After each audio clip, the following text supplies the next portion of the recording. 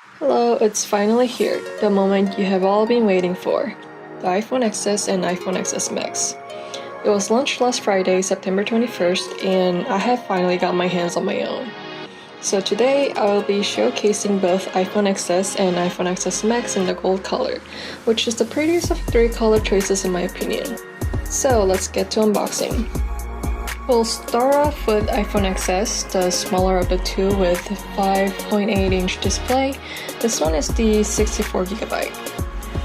First, we'll peel off this plastic wrapping and pop off the top cover. We are greeted by this little white box.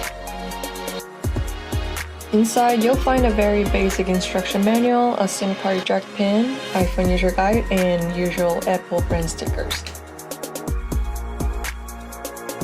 Underneath all that is the actual iPhone XS. It weighs about 6.24 ounces, which is about the weight of two apples. The shiny gold rim and the soft gold back is incredibly attractive. I wanted rose gold to be honest, but this is also really nice.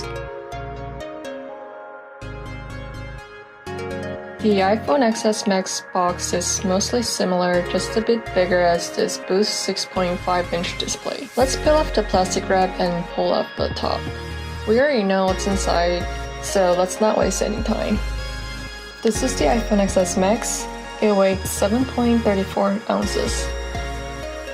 Also boosting this gorgeous gold color. The rest of the box contents is the same as the last, with the fake AirPods and all. Here are the two phones side by side. You can see that there is noticeable size difference between the two.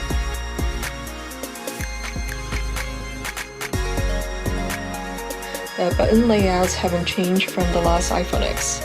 The dual camera layout also looks about the same, but the location of it has shifted a bit.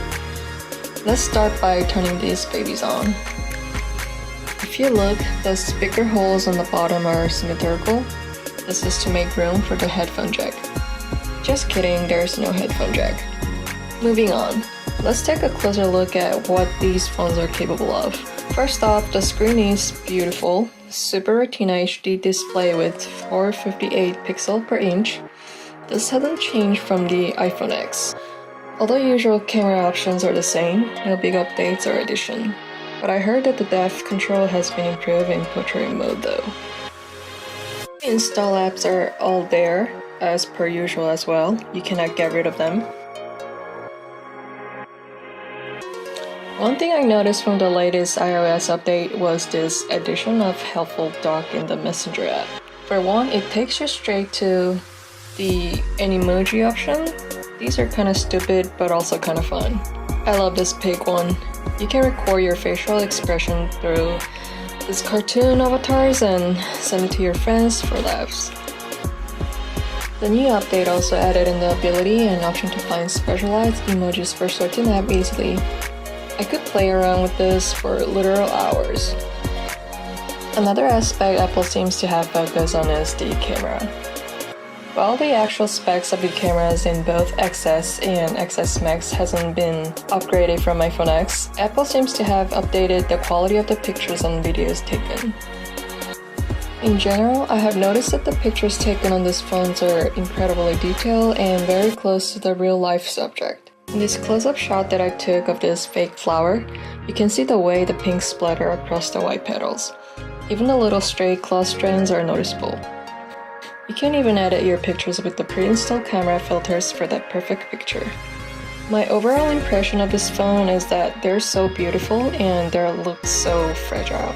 To be honest, it's a little scary holding them in my hands at times. All in all, it's remarkably piece of tech. So that's it for the unboxing and first impression of the iPhone XS and iPhone XS Max. So I'll see you guys next time. Bye!